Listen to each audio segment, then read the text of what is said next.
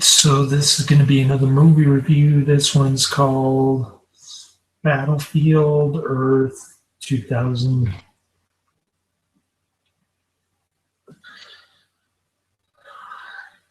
You watch Fanboy Flicks review, you think it's one of the worst movies of all time.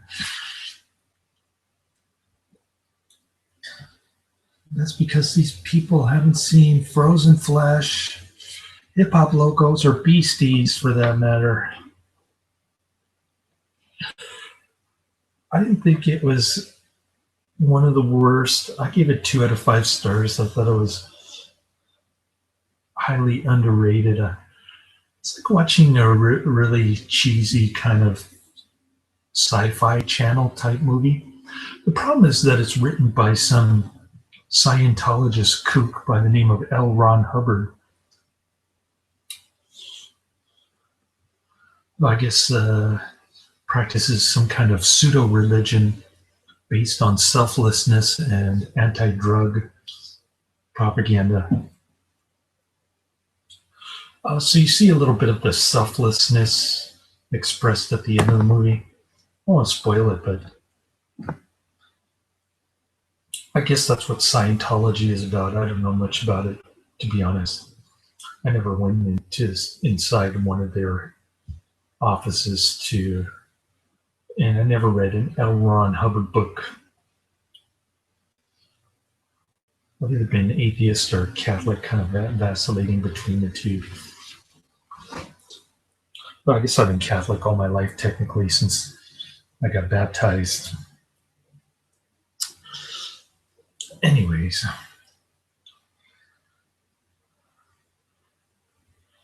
in case you didn't know, all the camera angles are kind of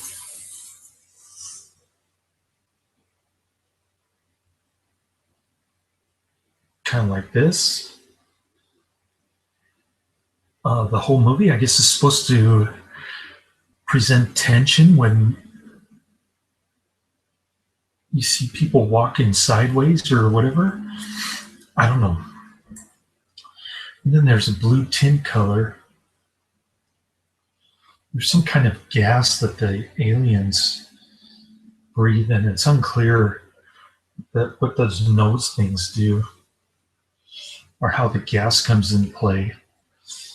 Not to mention the aliens are supposed to be an advanced race that conquers the man-animals, as they're called in this flick.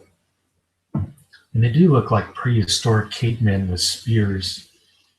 How these prehistoric cavemen with spears learned to fly fighter jets using a flight simulator is beyond comprehension.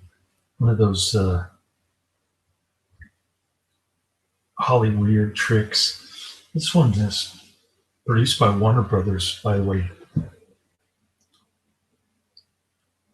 And the lead character, Barry Pepper, claimed that John Travolta's fat salary was hurting the production value. Well, Barry Pepper's acting isn't that great either. Nothing could really save this movie. Although I wouldn't say it was one of the worst movies of all time. It had a decent soundtrack, pretty good special effects. I like those flying pod things. Kind of look like the Eagle has landed kind of spaceship deal. I don't know. They look pretty cool though. John Travolta looks like he's the lead singer of Neurosis band. He's got the dreadlocks and the Kiss shoes. Looks like he's about 10 feet tall, walking on stilts in his leather outfit. And then he's got these, looks like he hasn't brushed his teeth for months. He's got these coffee stains on his teeth.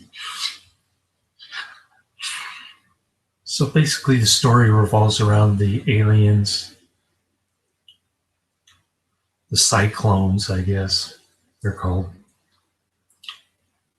They conquered Earth in the year 2000, the year this movie was made. What a coincidence. And then 1,000 years later, humankind is almost extinct. Don't worry, Barry Pepper's there to save everyone.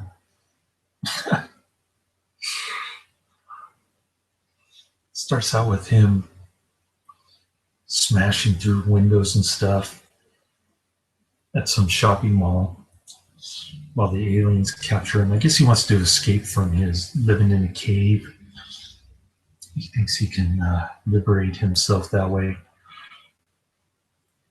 Whatever. He gets caught promptly by the cyclone. Forrest Whitaker is one of the, I guess, John Travolta's sidekick. So Barry Pepper gets captured. There's some kind of scuffle, and John Travolta hands a gun to Barry Pepper. Now, John Travolta is supposed to be the head of security. And so I'm not sure what giving a gun to a prisoner accomplishes. I guess it killed the other guard who screwed up. That way John Travolta doesn't look bad. But it's unclear if Barry Pepper is hanging on to the gun for the remainder of the time. I mean, there's a lack of continuity there. We don't know if he's still holding on to the gun. This alien race is supposed to be infinitely superior to Homo sapiens. Like, I don't know if John Travolta is playing dumb on purpose because he hates living on planet Earth. He wants to go back to his cyclone planet, whatever. Or he's just playing dumb because he is dumb. And it's a legitimate question to ask. Why do they spend so much time worrying about mining and profits of gold? And they could just figured out that Fort Knox in Kentucky had all this gold waiting for them. It would have saved them a lot of time and trouble. Or they could have just taken all the gold from the jewelry stores or whatever. I don't know. The movie seems to be predicated on this limited supply of gold, but then it contradicts itself by the humans there outsmarting the aliens, finding Fort Knox. Why couldn't the aliens do this in the first place 1,000 years ago? This movie takes place in the year 3000, by the way. So this kind of reminds me of Planet of the Apes in the sense that humans are the inferior race in this one. The action isn't that bad towards the end when they're trying to explode the dome. You've got all these kamikaze caveman types blowing up domes and exploding nuclear bombs on the Cyclo planet. Anyways, so Barry Pepper manages to become infinitely smart, kind of like Sean Connery and Zardos, that kind of thing. Again, why would, if you're the commander of security, why would you allow a prisoner to learn all this information? Maybe John Travolta wanted to see his planet blow up. He was mad at those people. I don't know. Maybe that was his plan all along. That's the only explanation I can think of.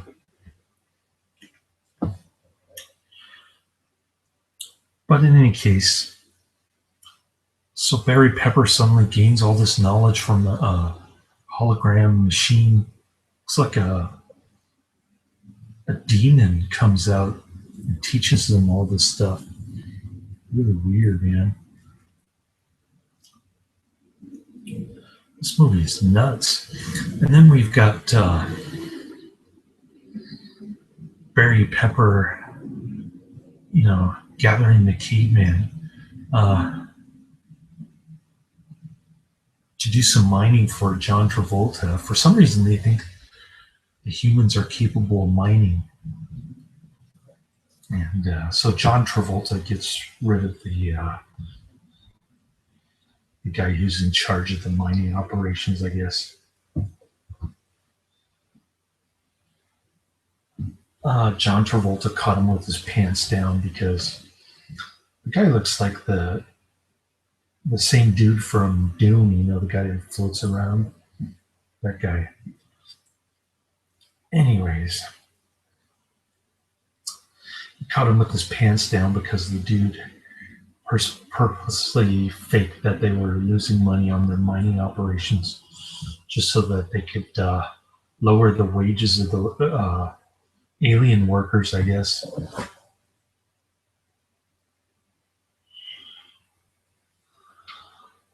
So John Travolta threatens him, says, "Your job is done. It's my job now to run this planet." Forrest Whitaker is kind of the lackey who gets put down all the time. And then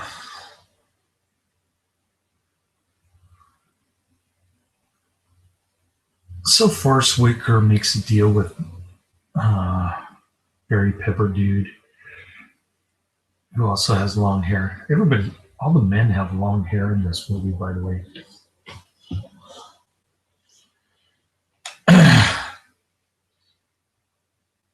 Okay, anyways.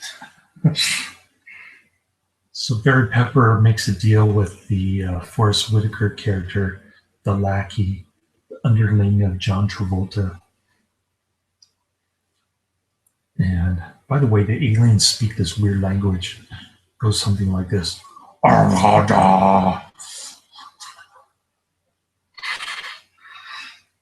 So there's that. There's a lot of unintentional humor in this. For instance, John Travolta bumps his head and he says, "Oh, those idiot human designers," or something like that. Okay. So you let the human beings build your fortress, so to speak? And now you're saying they're so stupid they have to be exterminated? That part doesn't make sense. So that was good for a chuckle when he bumped his head on the ceiling. I'm sure people laughed in the movie theaters too when they saw this.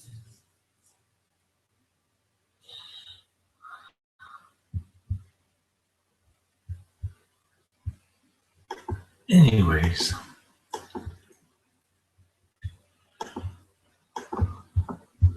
So they get a hold of a nuclear bomb. They're able to transport themselves from planet to planet. And the guy does a kamikaze move. He wants to protect the leader, Barry Pepper, who volunteered to do it. It's part of the selflessness in this movie.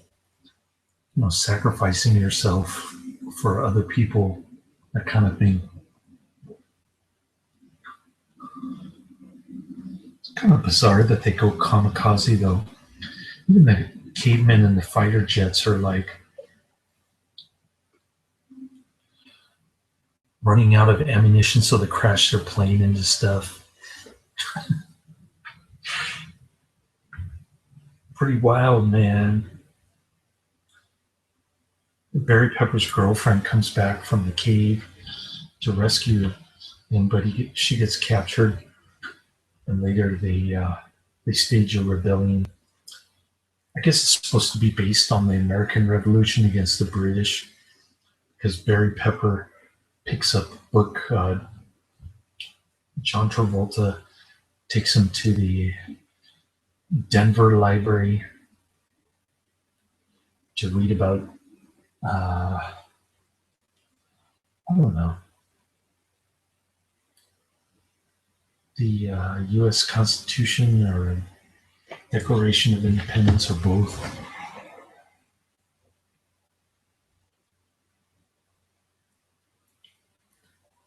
Yeah, why you need a constitution to protect your rights is beyond me. But anyways, I guess that was part of the L. Ron Hubbard book, probably. I don't know. I never read it.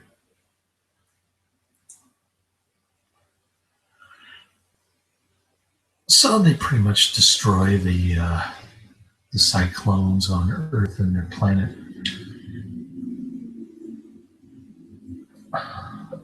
But there's room for a sequel, of course, which never got made, thank God. So, yeah, I hope I didn't spoil too much of the ending, but anyways, that pretty much sums up the movie. I mean, it's absurd that a caveman with a spear would learn how to fly a fighter jet in a flight simulator. But that's part of the unintentional humor, I guess. Just seeing the caveman dude in a fighter plane was good for a laugh. So, although I wouldn't say it was a good movie, I disliked it, but it did have its moments of unintentional humor, special effects, kind of funny cinematography, futuristic sets, dystopian type atmosphere. So all of that made a better movie than people made it out to be. I guess they're used to watching so-called good movies. That's why their bar is so higher than mine, I guess. I thought Garbage Pail Kids was a worse movie than this. I thought Myra Breckenridge was a worse movie than this. And certainly those other three films that I mentioned earlier are way worse than this. It's like no contest, man. I mean, the Frozen Flesh doesn't even have any dialogue. Come on. Could have broaden your horizons if you want to talk about worst movies of all time. Anyways, I got a couple part-time jobs. They pay $15 an hour, 41 hours total if I'm lucky. So that's better than being on unemployment, but still not as good as having a $20 full-time job. So I'll keep looking, but basically they want me to do retail and what else? Oh, an ad rater for Google. So filling out all the damn paperwork for Google, man. I don't even know if they want me to sign it electronically or where to send it or what's going on. Well, I sent them an email, so hopefully they'll respond on Monday. Anyways, it's been a rough day, a long day. I decided that I wasn't going to fill out any more paperwork today. Got my Cobra letter, got my Aflac check, got my unemployment claim form. They still didn't calculate my unemployment benefit correctly.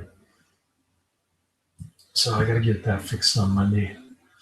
I got to submit my I-9 on Tuesday. Hopefully get the rest of that paperwork signed and sent off. It's going to be a long week, man. I'm going to go to DMV on Monday, try to get a sticker and or a front license plate.